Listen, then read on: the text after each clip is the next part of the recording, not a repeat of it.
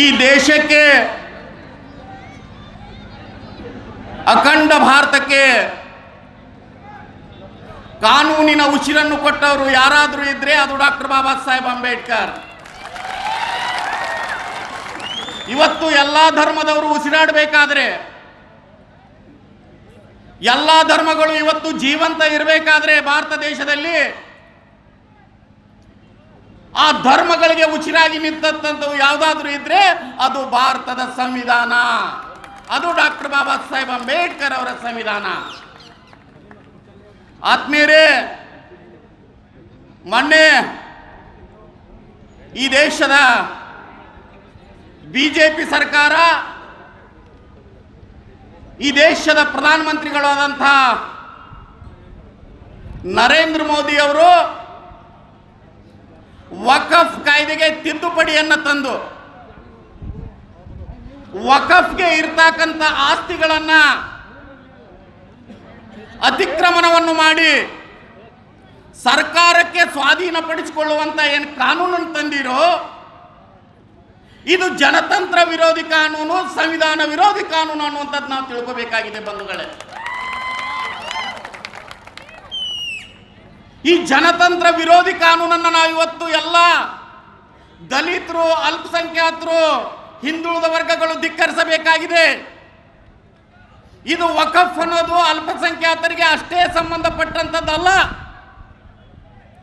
ವಕಫ್ ಅನ್ನುವಂಥ ದಾನವನ್ನ ಇವತ್ತು ಒಬ್ಬ ಹಿಂದೂವಾಗಿ, ಒಬ್ಬ ಹಿಂದುಳಿದ ವರ್ಗದವನು ಸಹ ವಕಫಿಗೆ ದಾನ ಮಾಡಬಹುದು, ವಕಫಿಗೆ ತನ್ನ ಆಸ್ತಿಯನ್ನು ಸಮರ್ಪಣೆಯನ್ನು ಮಾಡಬಹುದು. ಒಬ್ಬ ಬೇರೆ ಧರ್ಮದವರು ಸಹ ವಕಫಿಗೆ ತಮ್ಮ ಆಸ್ತಿಯನ್ನು ಸಮರ್ಪಣೆ ಮಾಡಬಹುದು. ಈ ಸಮರ್ಪಣೆ ಮಾಡುವಂತ ಏನು ಆಸ್ತಿ ಇದೆಯೋ ಇದರ ಮೇಲೆ ಆಕ್ರಮಣ ಮಾಡುವಂತ ಹಕ್ಕು ಯಾರಿಗೂ ಇಲ್ಲ, ನರೇಂದ್ರ ಮೋದಿಗೂ ಇಲ್ಲ, ಈ ಬಿಜೆಪಿ ಸರ್ಕಾರಕ್ಕೂ ಇಲ್ಲ. ಇದನ್ನ ಸ್ಪಷ್ಟವಾಗಿ ನಾವು ತಿಳ್ಕೋಬೇಕಾಗಿದೆ, ಬಿಜೆಪಿ ಸರ್ಕಾರದವರು ತಿಳ್ಕೋಬೇಕಾಗಿದೆ ಬಂಧುಗಳೇ. ನೀವು ಮೊನ್ನೆ ನಡೆದಂತ ಚುನಾವಣೆಯನ್ನೇ ಸ್ವಲ್ಪದರಲ್ಲಿ ಪಾರಾಗಿದ್ದೀರಿ ನರೇಂದ್ರ ಮೋದಿ ಅವರೇ.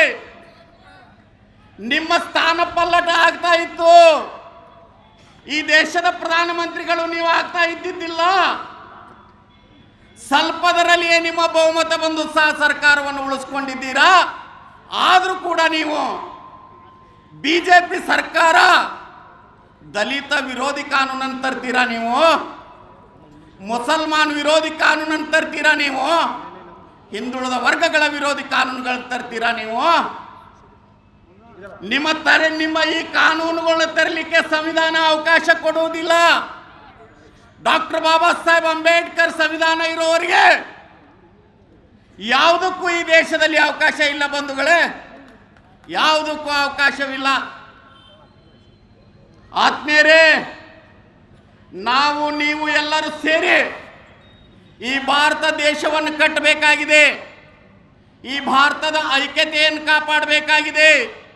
ಈ ಭಾರತದ ಸೌಹಾರ್ದತೆಯನ್ನು ಕಾಪಾಡಬೇಕಾಗಿದೆ ಬಂಧುಗಳೇ.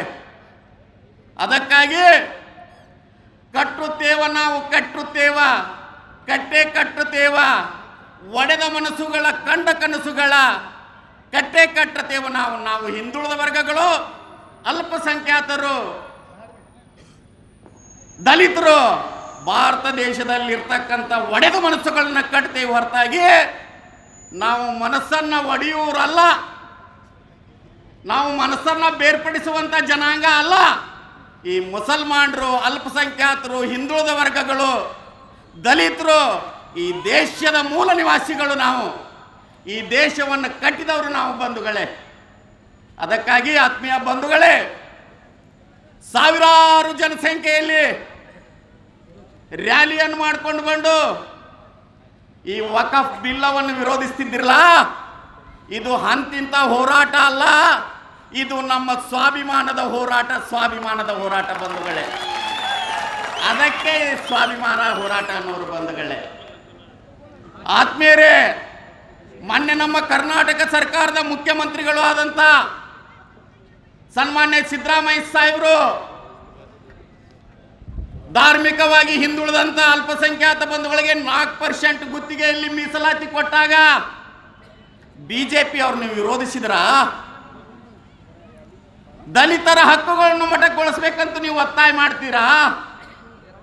ಇದು ಭಾರತ ದೇಶ, ಇದು ಬಿಜೆಪಿ ಅವರ ಆಸ್ತಿ ಅಲ್ಲ, ಇದು ಯಾವುದೇ ವ್ಯಕ್ತಿಯ ಆಸ್ತಿ ಅಲ್ಲ, ಇದು ಎಲ್ಲ ನಮ್ಮ ನಿಮ್ಮ ಎಲ್ಲರ ಶೋಷಿತ ವರ್ಗಗಳ ಆಸ್ತಿ. ಏನಾದರೂ ಇದ್ರೆ ಅದು ಭಾರತ ದೇಶ, ಇದು ನಮ್ಮ ನಿಮ್ಮೆಲ್ಲರ ಆಸ್ತಿ ಅನ್ನುವಂಥದ್ದನ್ನು ತಿಳ್ಕೊಂಡು ಈ ಬಿಲ್ಲನ್ನು ಪಾಸ್ ಮಾಡ್ತಕ್ಕಂಥ ವ್ಯವಸ್ಥೆಯನ್ನು ಸನ್ಮಾನ್ಯ ರಾಷ್ಟ್ರಪತಿಗಳು, ಈ ಘನವೆತ್ತ ರಾಷ್ಟ್ರಪತಿಗಳು ಈ ಬಿಲ್ಲಿಗೆ ತಡೆಯನ್ನು ಕೊಟ್ಟು ಬಿಲ್ ಪಾಸ್ ಮಾಡಲಾರ್ದೆ ಈ ದೇಶದ ಐಕ್ಯತೆಯನ್ನು ಕಾಪಾಡಬೇಕು, ಸೌಹಾರ್ದತೆಯನ್ನು ಕಾಪಾಡಬೇಕಂತ ವಿನಂತಿ ಮಾಡಿಕೊಂಡು